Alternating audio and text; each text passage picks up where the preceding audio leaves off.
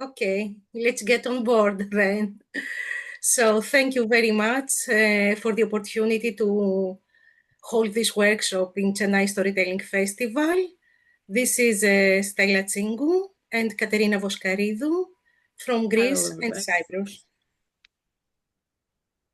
Hello from So me as well. Also, I send my greetings to everyone. we'll use breakout rooms, chat, and as I said, the whiteboard, the Zoom whiteboard. This is a workshop about an unknown goddess of Greek mythology. It's the goddess Oizys. So we're starting our journey from Hesiod's Theogony. It's the beginning of time, the beginning, the birth of gods and goddesses of Greek mythology. So Katerina is starting, is introducing you to the theme. Well, usually they say that man created the gods in stories, but I tell you that the gods created man. And they told him, you are free now. You are free to walk, free to speak, free to look with your gaze at the things, and free to think. And this last one just gave everybody a cold sweat, even though they didn't know what exactly meant to be thinking. They felt the danger of that. So along with man came the danger of not falling down, the danger of not having the words to speak and be misunderstood, of not seeing clear or not seeing the ugliness of the world. So all these were the price of man's freedom. And as the infant grew up, he learned about his story, about where he came from, stories and myths, what happened before he came to Earth. So he learned about the night. Well, night. Night, as Hesiod says, was the daughter of chaos. And Night, the daughter of chaos, gave birth to cruel Moros, the impending doom. She also gave birth to the dark Kires, the spirits of violent death, and to Death himself. Night also gave birth to sleep and to the race of dreams. And then Night, without having slept with any of the immortal gods, she gave birth to terrible Oizys, the painful, killing misery. Next, in the same way, Night gave birth to Hesperides, the goddesses that guard the golden beautiful apples at the edge of the famous ocean. And next, she gave birth to the three fates, Lachesis, Clotho, Atropos, who give mortals when they are born good and evil. But Night also gave birth to the Furies, who punish mercilessly and never cease their wrath until they have punished every single human being that has done wrong. Furthermore, Night gave birth to Nemesis, the terrible calamity for human beings, and then she gave birth to the accursed old age, to deceit and friendship, and to Eris, the goddess of conflict. All the above are children born only of Night. All the above are companions of Oizys. Oizys, who squeezes the soul and paralyzes life. Oizys, whom even her brother, sleep, cannot drive away, because Oizys' sleep is sleepless and resembles death, a dreamlike pain, a dreamlike sickness. So, this is how Oizys is described, is the Greek goddess of misery. And now we're going to work on Odyssey, which Katerina and I have have seen from the point of view of this opposition. If you are familiar with Odyssey, you might have noticed that there are two opposite powers. The one is Athena. You know Athena? You can write at the chat.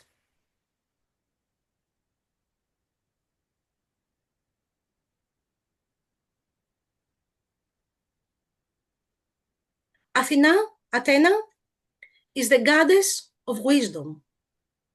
We could say that she's a positive goddess. But Oizys is the goddess of sorrow, the goddess of misery. And as we follow Odysseus in his journey, okay, Eric, yes, you know, as we follow him, we'll see that there are these opposite sides. So we would like to begin with a kind of imagination game. As you said, some of you know Athena. I would like to share my screen and show you some pictures of her. Let me find how to do it. Okay, share.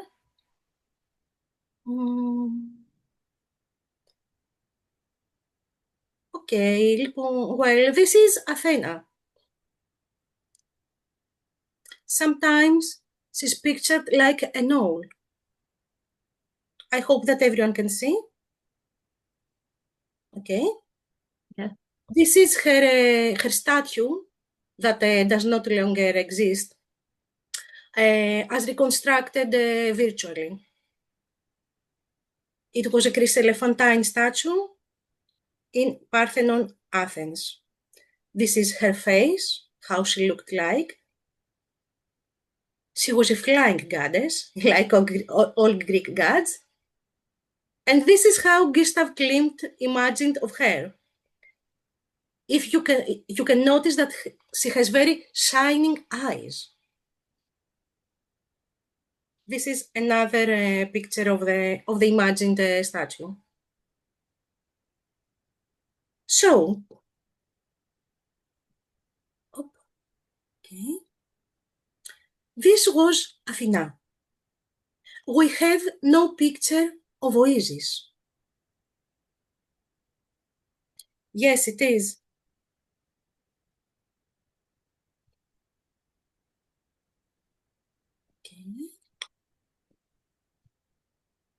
Okay. But we have no picture of Oizys. I don't know if this sounds strange to you. Do you think that pain, sorrow, misery have a certain figure in our imagination? Please feel free to write at the chat.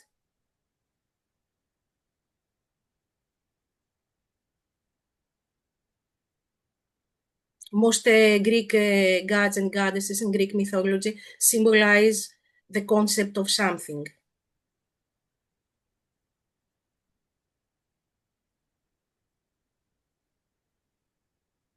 I guess that each one of us has a certain image into their minds about sorrow, about pain.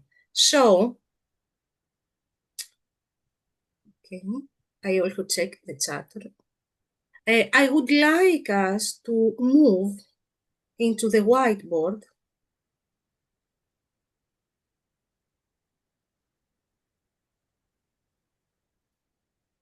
Can everyone see the whiteboard? Yes. Okay, so it's a kind of mind and imagination game.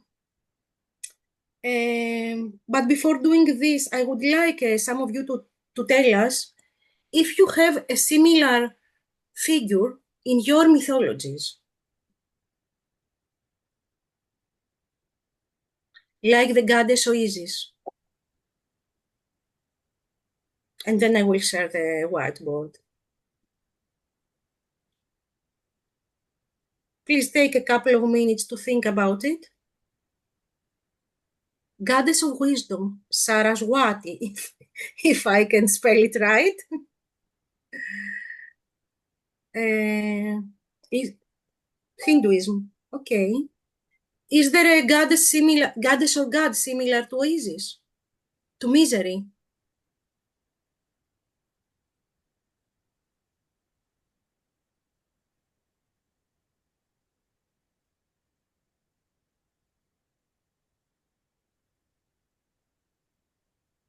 Oh no, in Hinduism. Sounds interesting. Mm.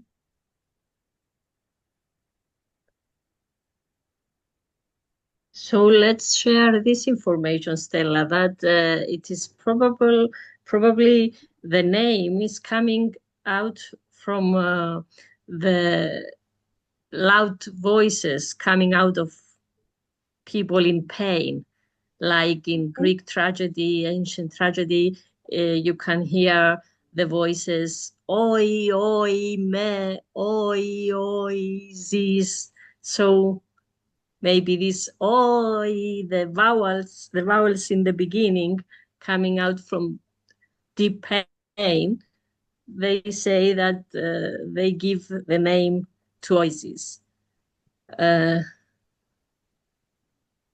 Yes. Oizys in Greek, yes. This is the Greek name, and this is spelled in English. I think, as far as I know, Eric, that Kali, as you said, it's associated with distraction. Uh-huh.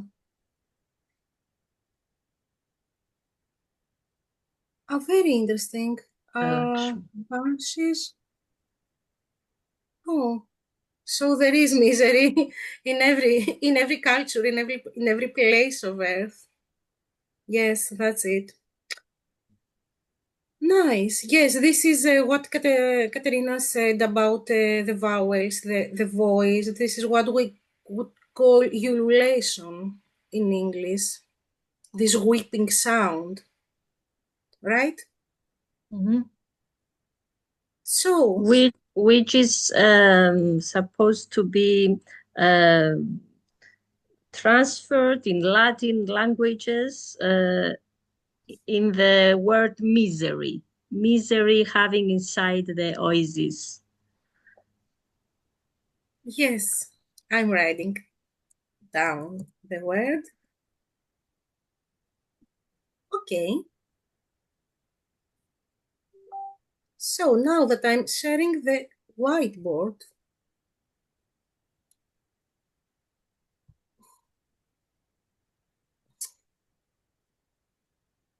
okay, just just add some words that come in mind when you hear this after these introductions we did.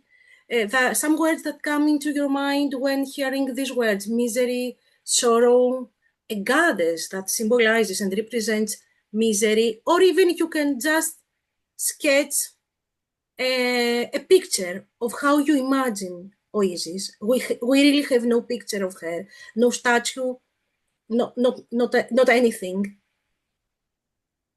So please, mhm. It could be anything. I'm showing her bent over. Yes, that's what I was about to say. A bending figure. Yes. Oh, somebody else now is continuing my drawing. Mm-hmm.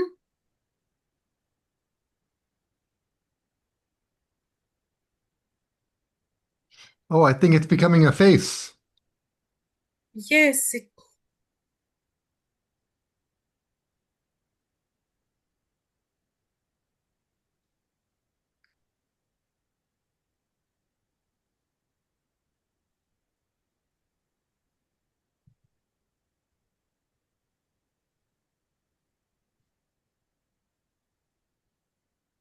Bending.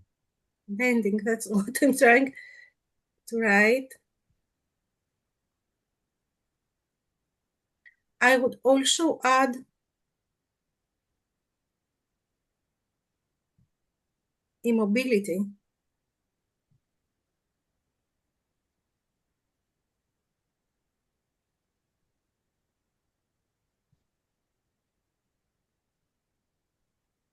So, okay.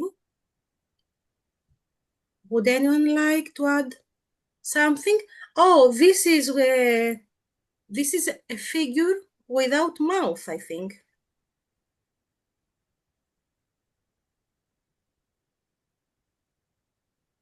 Ah, a smiling face. Mm-hmm.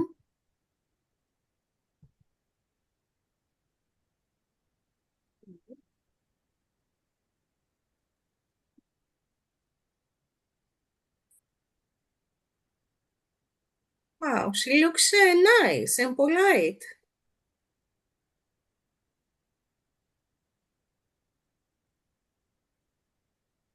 Nice. Katerina, would you like to add anything? Well, some people say that although they don't give some specific characteristics of Oizys, we cannot find, as Stella said. Some people say that it had the looks of death, the looks of pain, of despair. So we don't have characteristics, but we have these emotions and these heavy and difficult feelings. So when I understand immobility, Stella, it's like something that comes and cannot go away. Mm-hmm. Mhm. Exactly. But smiling could be the case if this evil figure is having fun with people, uh, likes to torture them in a way. Yes, it's a good aspect. And maybe you could write it. Oh, so I think, Eric, that if I close the whiteboard, it will be saved, right? I don't know. I've never used the whiteboard before. Okay, let's have a print screen and then close it. Okay, we'll find out. Okay, what do we have in the chat? So, as we said before, we're sailing with Odysseus. Odysseus, who helped the Achaeans conquer the Trojans. His trick with the Trojan horse, this big wooden horse that was supposed to be a gift to the Trojans, but as a matter of fact, it was a trap. So Achaeans defeated them, and when the war was over after 10 years, all the kings like Odysseus, Agamemnon, Menelaus sailed back to their countries. One of them was Odysseus, but he was not lucky enough, or he was not clever enough, or maybe he was not mature enough to reach his country as soon as he could. So Odysseus had many adventures before finally reaching Ithaca. This is Troy. This is where Odysseus' journey started from. So, when he left with his ship and his warriors, he headed back to Ithaca. But before arriving there, he had many stops. The first of them was here, the island of Cycons.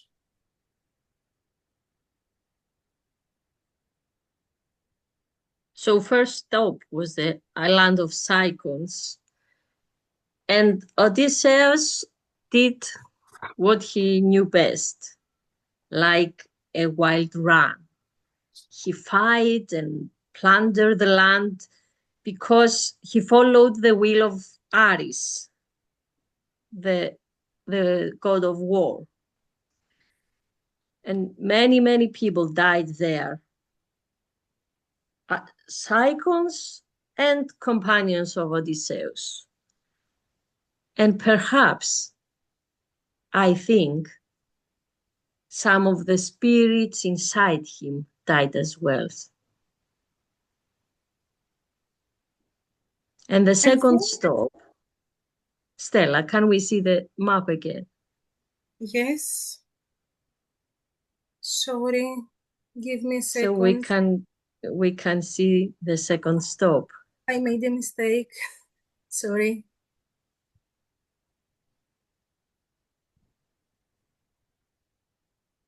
Okay. So the second stop, it's the land of lotus eaters. Can you show us, Stella, where is it? Yeah, number 3. Here, number 3, the land of lotus eaters. This is Africa. So they believed that whoever ate a lotus, the fruit of lotus in this land, fell into oblivion and forgetfulness and forgot everything, but mostly he forgot his own soul. He forgot that he was immortal, how he began his journey, and that he had a destination that he would have to go and fulfill the journey. So they tasted there, Odysseus tasted joys and delusions and pleasures, like a bull, I would say, that was released from his prison. And then from number 3, we can see in Sicily, the land of Cyclops. So as it was like Hermes, the god, the flying god, divided Odysseus in 2. And he didn't exactly know who he was anymore. He believed that he was nobody. This is what he declared. But maybe we can hear the story from Stella. What happened to the land of Cyclops? When Odysseus and his companions reached the land of Cyclops, of course they knew nothing. Cyclops were giants, and not only giants eating human. They were cannibals. So Odysseus took some of his companions and went to explore the island. They found the cave of Polyphemus, one of the Cyclops. They got into the cave, they ate, they drank, they had some rest. But when night fell, a terrible monster, the giant, the Cyclops Polyphemus, came into the cave, and he pushed a rock and closed the gate, and Odysseus and his companions could not escape. So when Polyphemus saw these men, he thought that they were very delicious for his supper. So he just grabbed 2 or 3 of them, knocked their heads on the rocks, and then devoured them. This made Odysseus and his companions freeze. And this was repeated again and again, so Odysseus thought of a plan. He had wine with him. So he gave Polyphemus wine, a lot of wine, a lot of sweet wine that made Polyphemus drunk and made him really happy. So he asked Odysseus, "Oh, stranger, I would like to thank you for your gift. What is your name?" And this is what Katerina said. Odysseus was divided, or maybe guided by Athena or Hermes. And he said, "You know, Polyphemus, my name is Nobody. I am nobody." And then Polyphemus said, "Okay, Nobody, I will make you a gift. You will be the last one I'm going to eat." But of course, things didn't turn as Polyphemus imagined. He was blinded by Odysseus and his companions, so they finally managed to escape.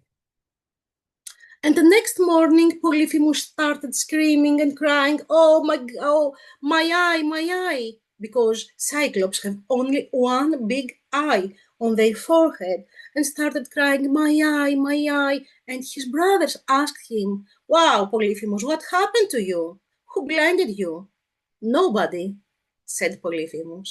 "Oh, then stop crying. Since nobody has blinded you, stop complaining." And Odysseus and his companions went to their ships and were ready to sail away. And then Odysseus stood on the ship, on a high space at the ship, and cried to Polyphemus, "Hey, Polyphemus, you know what? It wasn't nobody, the man that blinded you.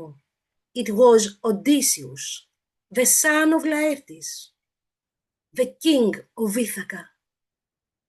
And then Polyphemus raised his hands and begged his father, Poseidon, the god of sea, "Oh, father, please torture this man. Never let him go back to his country. And if he ever manages to get back there, may he be like a beggar, like a man who has nothing to earn or to lose."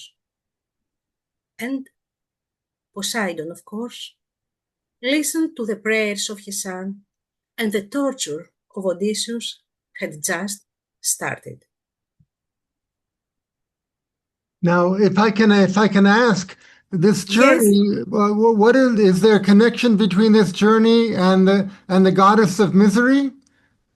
yes, that's what we're going to say now. The goddess of misery, it's like having been established into Odysseus' mind, into Odysseus' heart, because as the journey goes on, we see these powers. From one side, Athena, uh, pushes him forward and says, "Go, go, do this, do that." And there are the sometimes where Oizys is like keeping him down. It's like leaving him stranded, and as if she says, "No, low down, stay there. You cannot move." It's like immobilizing him when he's trying to go to his next stop, when he's trying to do his next step. So this is the point where we would like you, after having seen Cyclones, Lotus Eaters, Cyclops, and having said some things and connecting it with Oizys, we would like you to have a chat here at the chat session. If you think that these stops... we have a question. The tragedy mask in Greek drama. Okay, we can talk about it by the end of the session. yes, that it could have a connection. But now we would like you to write on the chat if you have any other ideas about what cyclops or cyclones or lotus eaters symbolize, and just take a couple of moments into yourself and think, are there any things that you would like to forget? And why? Imagine yourselves as warriors, as the companions of Odysseus. As human beings, we have a part of wisdom and a part of pain, of Oizys. We're motivated by these powers. So, if you would like to share in the chat, are there any things that you would like to forget?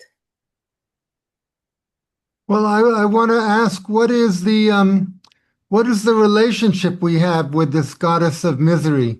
I mean, when we are having a miserable time, do we feel now she is visiting us? Could you repeat now? Yeah, if I am in misery, I'm very unhappy. Does that mean that goddess has come to visit me?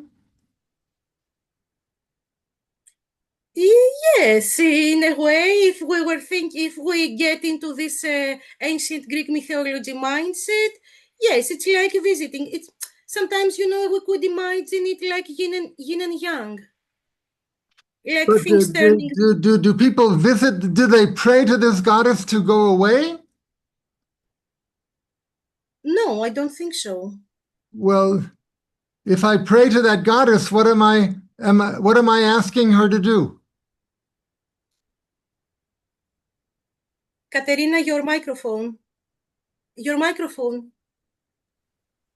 Sorry, it's like recognizing the inevitable of this figure in our lives. It is the first step to recognize this issue, this inevitability that it's there in our lives and we cannot avoid it coming. Let's compare it to the contemporary lives of ours and see maybe the depression, the pain of our souls, as we say in the title. So if we compare this with the depression, which is a situation that is very real for many people, So we then, can. so then, do we pray for her to go away? No, I don't think that we would pray for her to go away. Sometimes we cannot even realize it. We But understand that we find the power in ourselves, in our souls, to find the powers that can stand against it and stop it, rather than pray to go away, because praying is like praying in another god. So in Greek mythology, each god has his own disciplines and his own matters that take care in our lives, because we are in the frame of the Greek mythology and ancient Greek mythology. So if I want to ask for wisdom and right thinking, I would pray to Athena. If I want power or have the power to fight, I will pray to Ares, the god of war. So we don't pray for them to go away. These figures have also positive and negative sides, but we recognize and we believe that they are there. They are like different phases of the human life and the human existence. So we just recognize this and we try to find ourselves and know ourselves. That is why the Greek saying "know yourself" is very important. It's important to know ourselves and know our powers in order to stand against them. Okay. And as Claire says that perhaps that is why she has no images. She's represented in our suffering. Maybe it's part of each one of us. So, would you like to write on the chat something that you would like to forget? Or if in a previous stage of your life you found yourself in a similar situation, you found yourself to have a need to forget something, just to have the strength to go ahead. If we want to forget something, we're not going to want to write it in the chat box.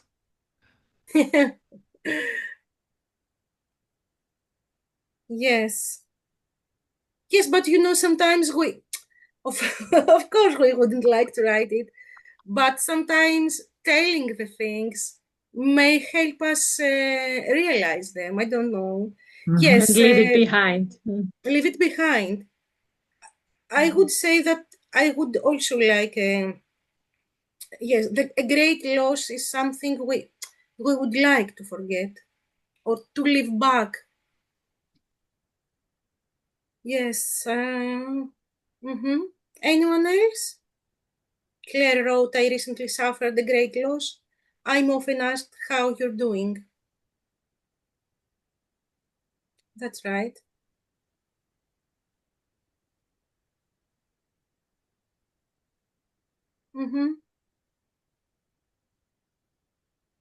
I don't have an answer for that question, but understanding that there is a goddess who can accompany me on this journey is comforting. Yes.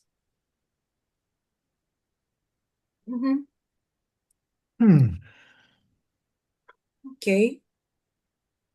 And yes, the acceptance of the situation and moving on. Right. And one more question. I don't know, Eric, if it is possible to get into the breakout rooms or if it's more convenient to stay here in the chat. We would like you to think, every one of you, about nobody. We both said that Odysseus defined himself as nobody. So why do you think he chose this name?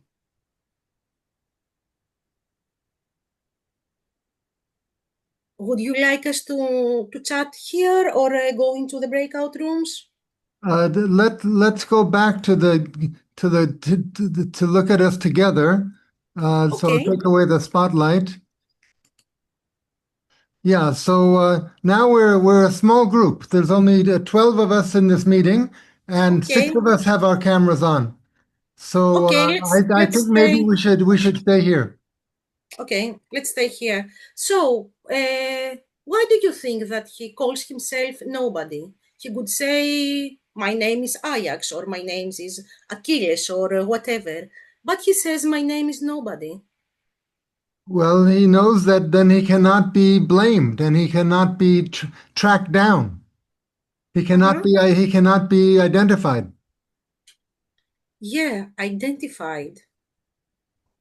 Okay, I'm writing down this word, identified. So this has to do with his personality as a whole, maybe. Well, Odysseus is famous that it's not that he's a strong man, but he's a clever man. So this is his way to escape being destroyed by the Cyclops.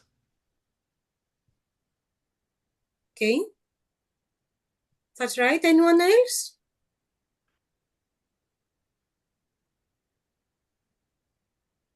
How would you call yourself? Would you like to write it on the chat? How would you call yourself on a similar situation? Let us all think about it for a minute.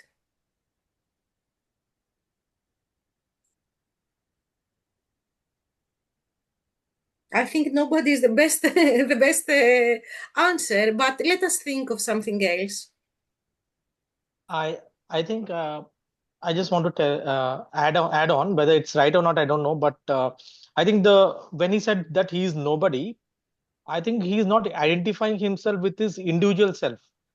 I think he's identifying himself with something greater. So he's saying that he's not taking the blame, and he wants to identify himself with something, a greater force. So he's telling the Cyclops that I'm nobody. So Mm-hmm. so that might be some kind of I mean uh, maybe I'm not getting the right picture, but it might lead to somewhere else, because it's saying that we have to let go of our ego. So he's trying to letting go of our ego by saying that I'm nobody. That's what is my understanding. Oh, you illustrated very well, yes. Yeah. So yeah. So he's not identifying himself with a limited ego, but the unlimited thing, which we can call it as God or something like cosmic thing, nature. So it is bigger than his individual self. So he's saying that I'm nobody. That could Uh-huh. be the maybe. So it's again this double-sided occasion or personality, right? Yeah. It could be Mm-hmm. something abstract, not it's not objectified. He's Yes. not objectifying himself, like saying that I'm this body or this. So I think I'm nobody, so that he can be more of an abstract figure, not an Mm-hmm. objectified figure. Yes, I totally agree. So Claire says I wouldn't call myself Yeah, anything. abstraction. I Yeah, would be exactly. hiding. Yes. Odysseus is not only clever, but I think he's very brave. Yes, he is. Okay. So let me share the map and move on. Okay, before we move on, I just want to add that I totally agree that he's clever and brave, but as always in Greek mythology, we have this double meaning everywhere. In every aspect, in every meaning, in every story, you can find the double meaning, the two-sided, that Stella said. So at the same time, he's brave and comes in front and says, I'm nobody, and he's doing a trick. But at the same time, he's also human, and he's also doing this great journey. The Odyssey, as it stayed in the history, is not an easy trip for him because he was clever and brave. It's not a hero. It's not only a hero. We use this word nowadays and we say that something is an odyssey, meaning that it's very difficult. So he had the difficulties. This is where the way we combine and we bring in Oizys, the goddess of misery. He had his difficulties. He was human, and maybe during this journey he lost even his soul and even his identity sometimes. So I think that these things are happening at the same time. I think that they are hidden meanings and hidden messages. I think Yes. somebody is not. Yes. My question is like, ma'am, like if it is like Odyssey is a Greek god of misery, you're saying, but does he find his resolution in the end? Like ultimately, does he find peace with himself in spite of all Yes, the he misery? does. He does, right? Okay. Yes, he does. Yes. Yes, he Yeah. does. And just to clarify, Oasis is not referred in Odyssey as passed down from Homer times and that as it was written down.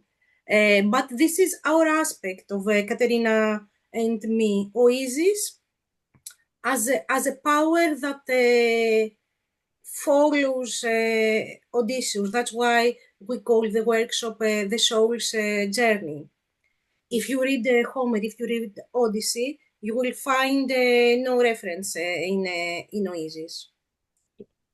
So this is how we tried to connect it with the inner soul, because as Katerina said, there are always two sides.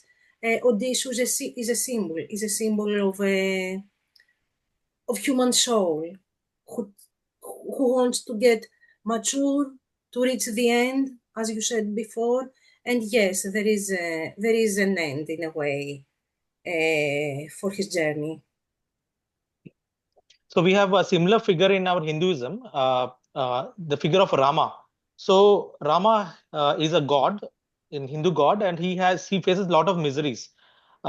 His wife has been kidnapped by a person called Ravan, and he had to face lot of misery. And in the end, he gets back his wife, and he finds a resolution. So there are many art, like it can be as you said, it's a symbolism.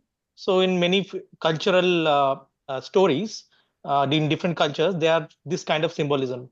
Like for example, we had in Rama. So Mm-hmm.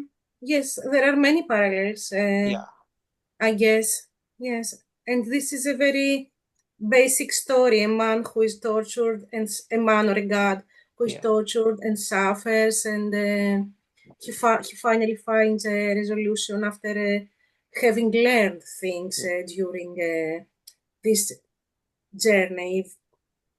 yeah. Thanks.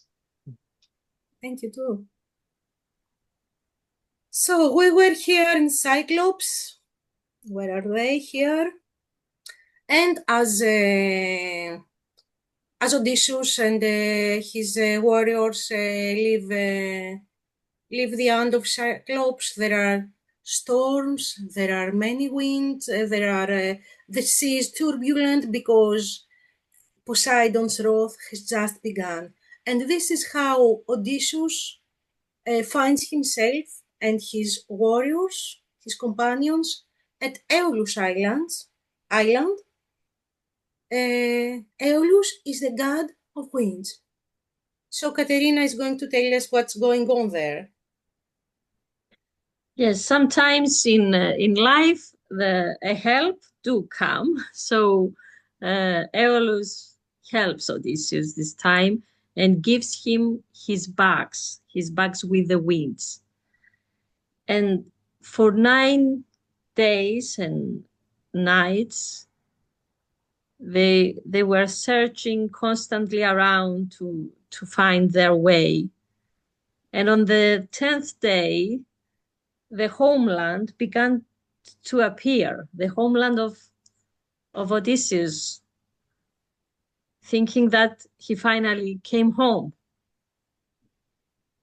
And as he was very close to this, he saw fires burning. And then he fell into a sweet sleep. He was very tired. And as always, he did not let any of his companions to go, but they had to wait for him. So they would go together. Like Stella, this was the story Yes, for. and this is the story. And I would like you to keep in mind what we said in the beginning, that Oizys is the daughter of night, and sleep is her brother. So it may happen to many of us in real life when we feel so stressed, so impotent, so miserable. Sometimes the solution is just to sleep. I don't know if this works for you, but for me, yes, it happens. There are times when I feel so pressed or so sad that the only thing I can do is just sleep. And this doesn't mean that it is a comfort, of course, but it's the only reaction, if we can call it a reaction. So think of Odysseus in some crucial times of his journey, he just falls asleep. And this is how Oizys, as we imagined her, gets here. She leaves him stranded. He cannot move, he cannot go forward, because if Odysseus had not fallen asleep, his companions wouldn't let the winds get out of the bag, because this is what happened. When Odysseus fell asleep, his companions opened the bag because they thought, oh, there's gold inside in there, and he's gonna keep it for himself. Let's see what's into the bag. So all the winds blew out, and the ship lost directions, and instead of going to Ithaca, to their birthplace, they found themselves in the island of Laestrygonians, where Laestrygonians were cannibals, and many of his companions were killed there. And then they got back into the ship and tried to get back to Ithaca, but instead of getting there, they reached the island of Ea, the island where the witch Circe was living. So now Odysseus had an experience. As you all said, he was clever, but he was a human being, and he was also curious. Curiosity killed the cat. This time, he sent some of his companions to explore the island, and this is where the witch Circe found them. She welcomed them. They were men. They were tired. They had no food. They wished for all pleasures of life. So Circe gave everything to them. But then she transformed them into pigs. So Odysseus went himself to see what's going on. And Hermes helped him. He gave him a herb that was black and white, a white blossom and black roots. And this made Odysseus safe. He wasn't vulnerable anymore into Circe's witchcraft. So let's say that he tamed her. His companions were transformed to humans once more, and they stayed there for a long time. But they longed for Ithaca.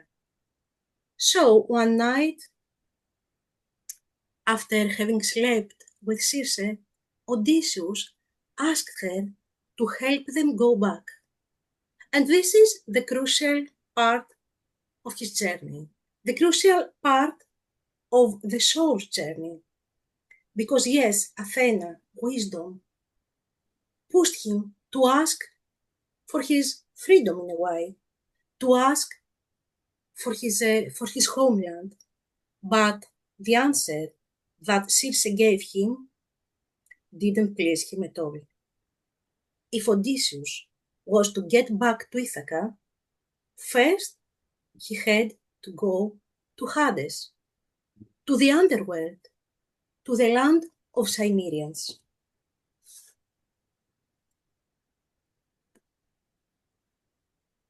So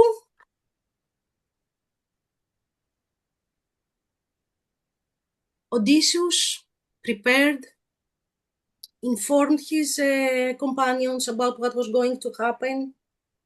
He took some animals to sacrifice when he would reach Hades, and here they are again on board. And this is the land of the dead,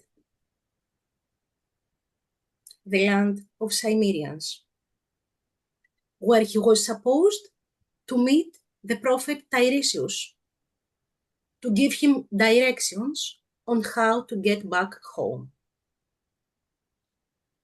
So after traveling and having advantageous winds blown by Circe, they reached Hades. And this is where Odysseus and two of his companions got off the ship, took the animals with them, black and white again, a black sheep and a white goat, and they sacrificed them to the dead. Yes. And then Tiresias was the first one to come because Circe had warned him. First, Tiresias and then all the other. So Tiresias drank blood and started talking to Odysseus. And this is where Odysseus learned that he could, it's not definite. He didn't say, Tiresias, that you'll get back home. He said, you might get back home if you do this and that. There is always an opportunity. And then Odysseus, after having taken the advice, was free to talk to whoever dead came to drink blood. And do you know who came first? Can you imagine who came first?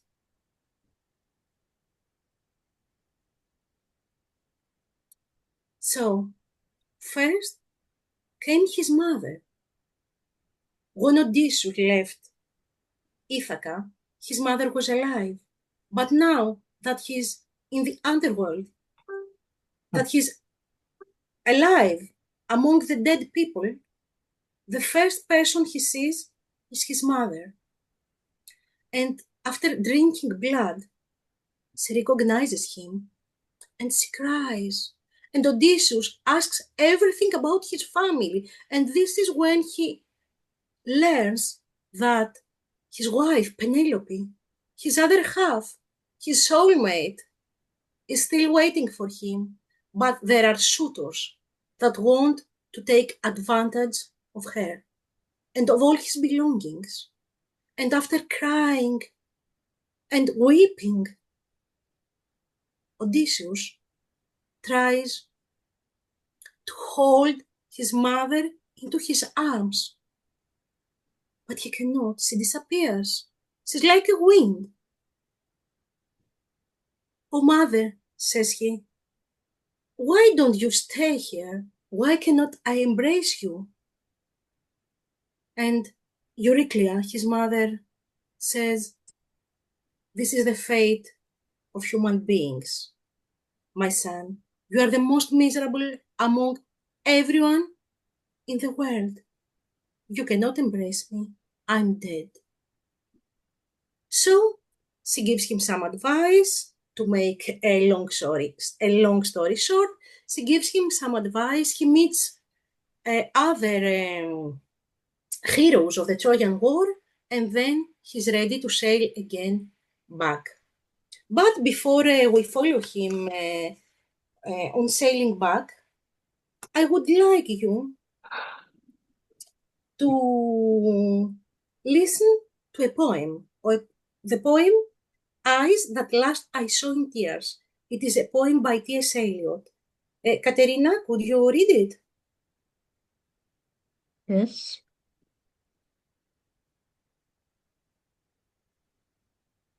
Eyes that last I saw in tears. Eyes that last I saw in tears, through division, here in death's dream kingdom, the golden vision reappears. I see the eyes, but not the tears. This is my affliction. This is my affliction. Eyes I shall not see again. Eyes of decision. Eyes I shall not see unless at the door of death's other kingdom, where, as in this, the eyes outlast a little while outlast the tears, and hold us in derision. I don't know if in your cultures you also use these expressions. We say that eyes are the mirror of the soul. Do you say something similar? The eye is the window to the soul. The window, yes. Mm-hmm. Okay, I think that we have talked too much. I would like to share a song for 2 or 3 minutes. And then what we're going to do together is to write a poem. Okay, this is the climax of our workshop before reaching the end. I think that I can share music Advancing functions.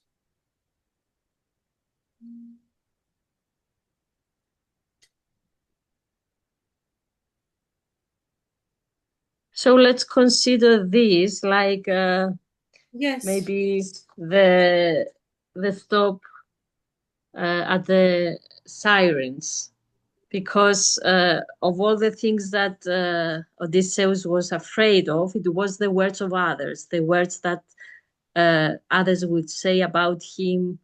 He didn't want to be flattered. So Sorry? deep down, he thought that in absolute silence, you can find the truth. So let's leave this to be our guide to this writing of ours, the poem. I think that I can share sound.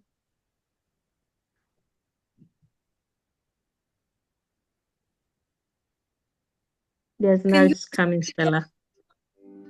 It's coming now. Yeah. Can you listen to the song? Yes.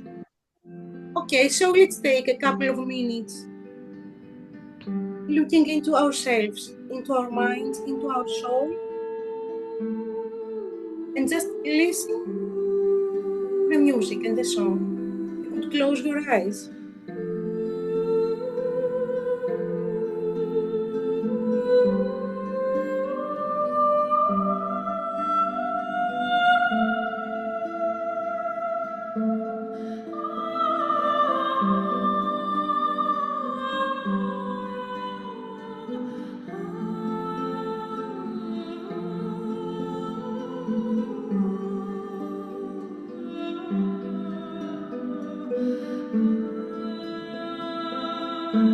You could imagine yourself descending into Hades, into the dark part of your existence, into the deepest place of your soul.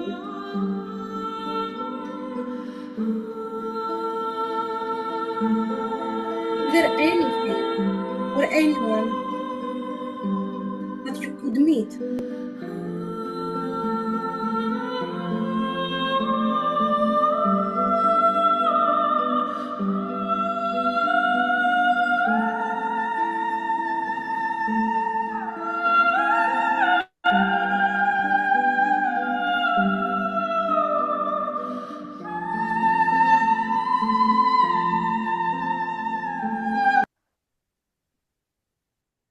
So this is the situation, and this is what we are going to do.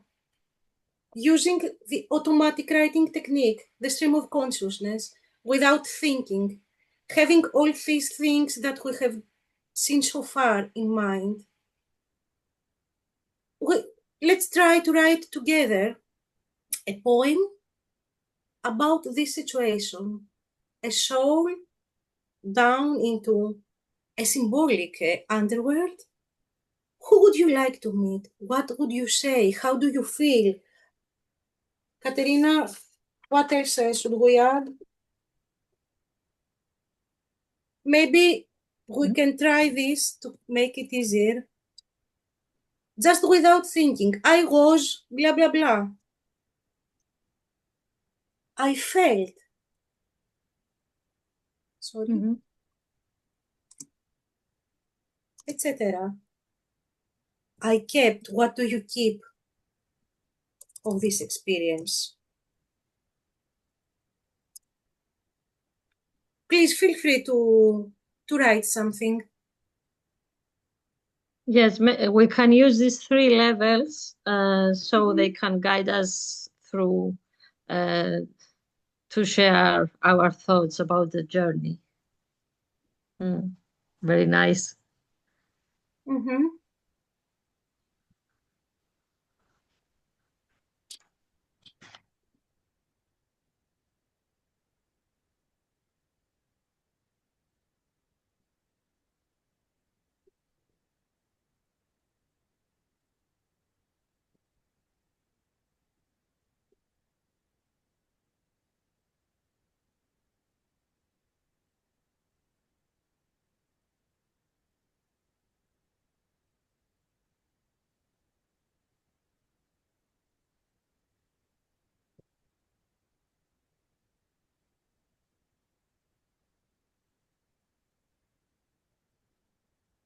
Yeah, I kept my promises. Wow.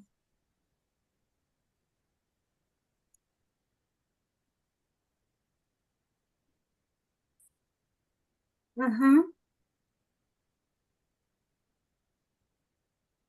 Katerina is writing something. Always, I mean, I'm getting into the... Who else?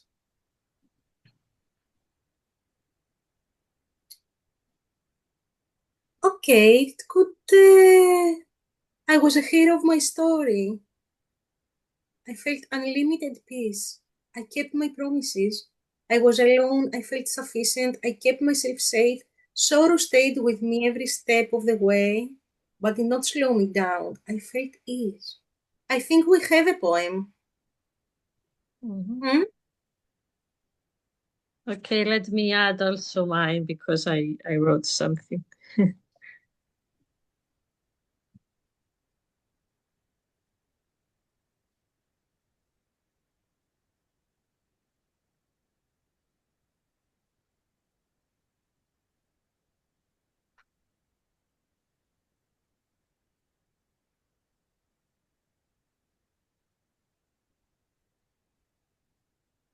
Oh, nice. So, do you think that this makes sense in a way? Do we have our poem, Mhm. our collaborative poem? Oh, feel free to add some words if you want. I think it's coming out something more complete. We have a situation, we have a hero, we have two levels. Hmm? The symbolic and the realistic one.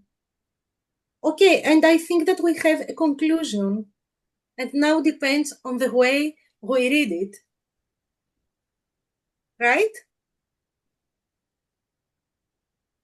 Mm. Oh, yes, Nolan. It is beautiful. Yes.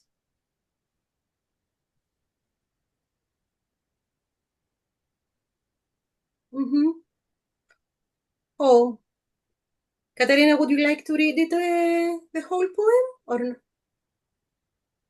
Uh, okay. or shall I do it? It, Whatever. Okay, do it. starting from Pedla, yes. I was a Yes. hero. I was a hero of my story. I felt unlimited peace.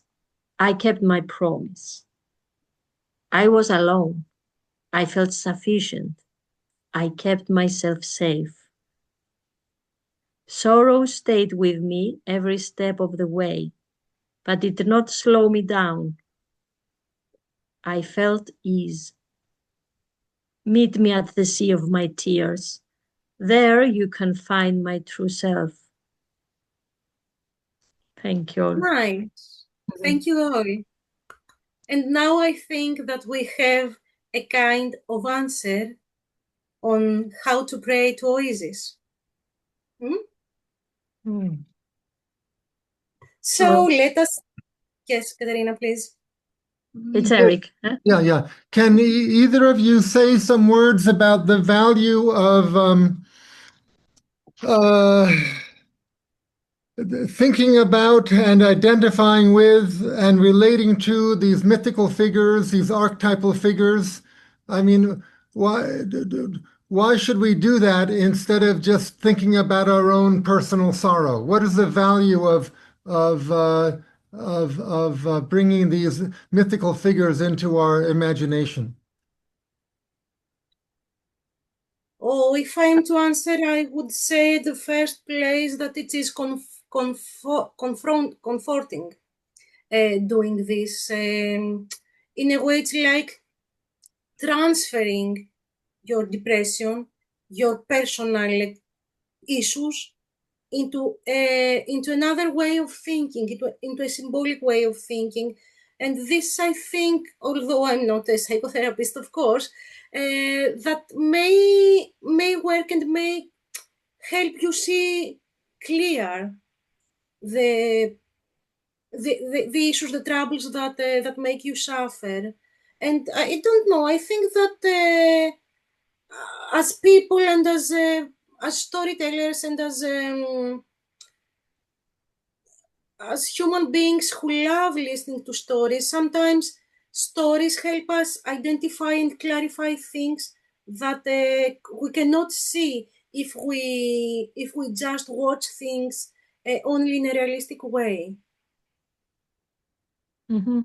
And I would add that you can understand this way that this sorrow and the pain and suffering is universal for all humans through these big stories, the myths, an epos like Odyssey, or the power of the Greek gods, which are very straightforward. They are disciplines. What they mean is very easy to understand. That is something for all humans. You are not alone, and you can find the path to go through and find a way to fight.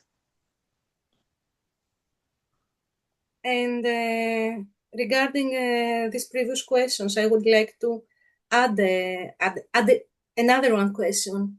For those of you who read poetry, when you feel sad, when you feel grabbed by misery, by Oizys, let's say now that we've learned Oizys, what kind of poems do you enjoy reading?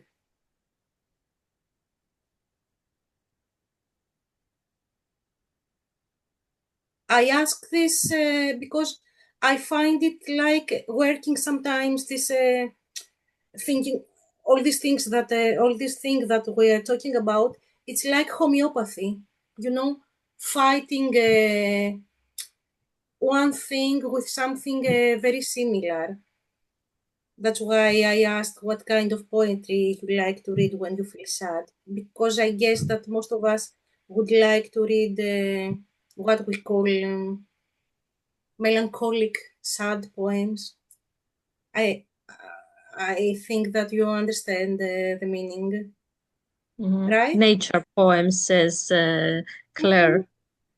Mm-hmm. Yes, but not something really happy or what we would call light in a way. Hmm? Yes, we want to identify ourselves and find something similar, like you said, to go through. I like to hear poems of Rumi. You might have heard about Rumi. He's a Sufi Yes. poet. So he once quoted this famous poem, which I could recollect. Beyond this world of right and wrong, there's a place. I will meet you there. So it's like a kind of a transcendental poems. We can say that it's a transcendental poems where we find resolution with our greater self. So Rumi's poems are in that category. Yes, So, so if you are aware of that person, then you will be able to. If you can go through his poems, it's always transcendental. Mm-hmm. So I don't know. In Greek culture, there might be a parallel person who's equivalent to Rumi, but I'm not aware of that. If you can tell me, then it would be because I like boys hearing good quality poems. Mm. Rumi is well known in Yeah. Greece as well. Yeah. Okay. yes. Yeah, actually, we're going to close the session with a poem.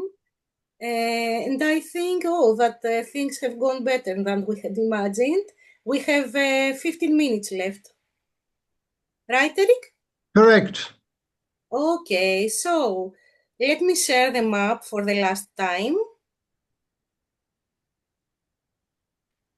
And where had we been, Katerina? We've been up to the sirens. Oh, yes. And then after Sirens, Odysseus and his companions, his little companions that had been left, had to pass through Scylla and Charybdis to sea monsters, and finally they reached the island of Helios, the island of Sun, where Tiresias had warned them, you should never touch his cows. Even if you starve to death, you should never eat the holy cows of Sun. And imagine what? His companions ate the cows. So the only one left was Odysseus. And he was meant to return back home like a beggar, alone, seeking for his kingdom back. Then Odysseus reaches alone the Ogygia Isle where Calypso lives, and there he stays with her for a lot of years. She wants to keep him there forever to make him immortal, but Odysseus is longing for Ithaca. There is the Greek word nostos. It is longing for your homeland. So he leaves her island. He's being tortured by Poseidon for the last time until he finally reaches Phaeacia, where people are friendly and they host him, they give him food, they give him clothes, they give him gifts, and they send him back to Ithaca, to his homeland. And this is where, in our concept, in our imagination, Oizys leaves him stranded for the last time because Odysseus, when he arrives in Ithaca, in the ship of the Phaeacians, he's asleep. And the sailors take him out of the ship, lay him down under an olive tree, and they go. And when he wakes up, he cannot recognize his home place at first.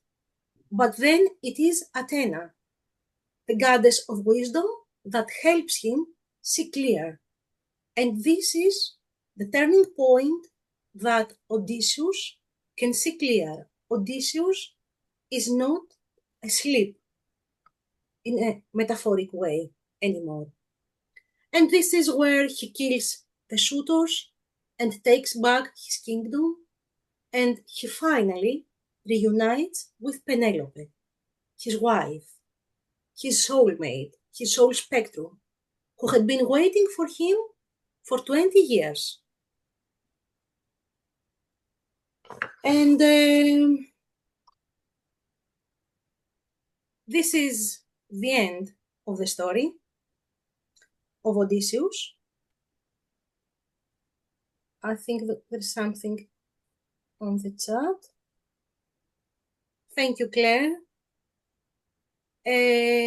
So we had in mind to make dialogues of Odysseus and Penelope while they reunite themselves, but I think that we don't have the time for this. Instead, there is a Greek poet, Konstantinos Kavafi, Petla. He's a very well-known poet. I don't know if you have ever read something of his work. No, I haven't. Can you just write his name in the chat? I just Yes, I need will write it on the chat.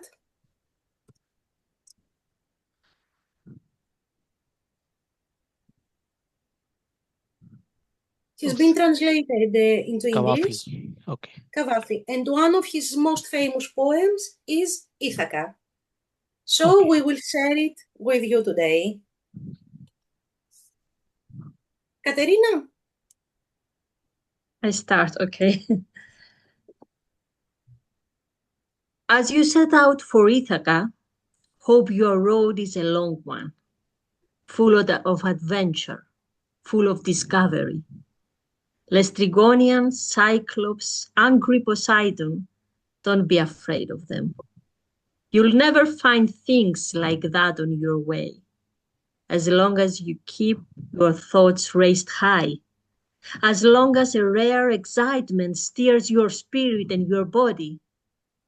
Lestrygonians, Cyclops, wild Poseidon, you won't encounter them unless you bring them along inside your soul, unless your soul sets them up in front of you. Hope your road is a long one. May there be many summer mornings when, with what pleasure, what joy, you enter harbors you're seeing for the first time.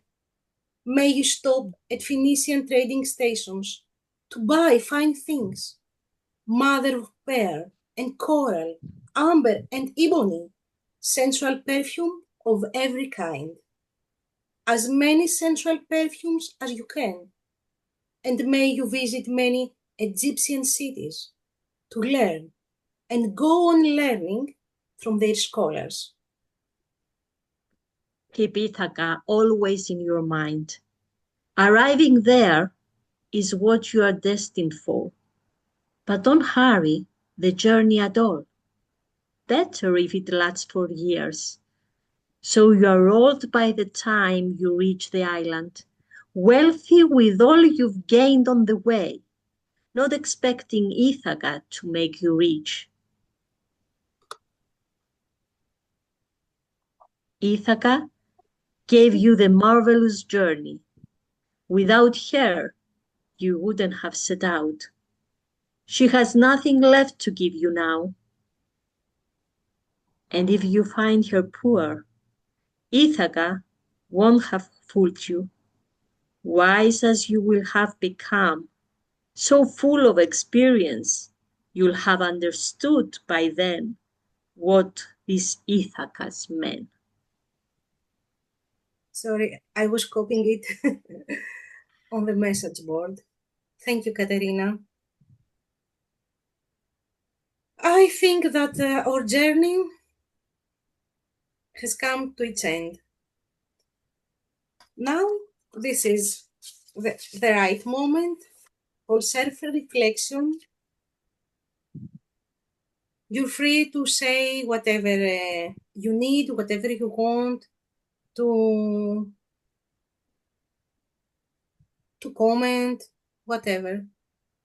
The floor is yours now. Yes, I have known the story of this journey for many years. Of course, it is one of the most famous journeys in Western literature. But now, are you telling us that this journey is especially associated with the goddess of misery? Yes. It is associated with the goddess of misery in our aspect, in our way of thinking and imagining and telling the story. Because when we say the story as storytellers, this is our point of view. This was a workshop. But if we say it in a performance, this is our point of view. The goddess of misery, how it conducts, how it drives Odysseus, and how he finally manages to release himself from Oizys. I hope that it was clear enough for you today through the workshop. And not to be misunderstood, that is in general something that is connected. It is, as Stella said, a point of view, of our point of view while working. But in general, this is, as you said, a very well-known work. And what we would like you to keep is the power of symbols, of course, because it's a very symbolic work, and But I'm asking in Greek culture in general, in Greek literary culture, is this journey associated with this goddess or with the goddess of misery, or this is an original association that the two of you have? Okay, this is an original association. The second one, yes. Mm-hmm. It's our point of view, is our aspect, our mindset. Yes, in Greek literature, maybe what is closer to how in Greek literature it is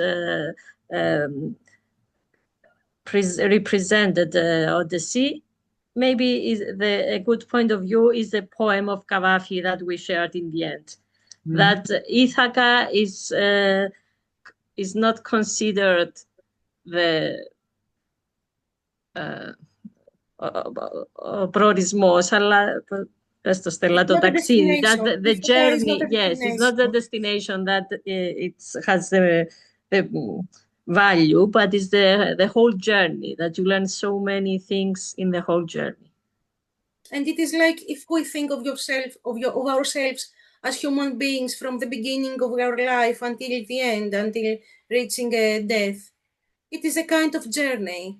And I think that we always move between happiness and unhappiness, and many things can keep us down. Then some other occasions make us very happy.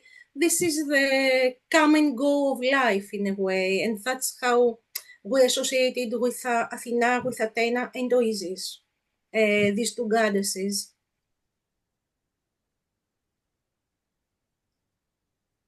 I have to disagree with some of your prefaces. Okay.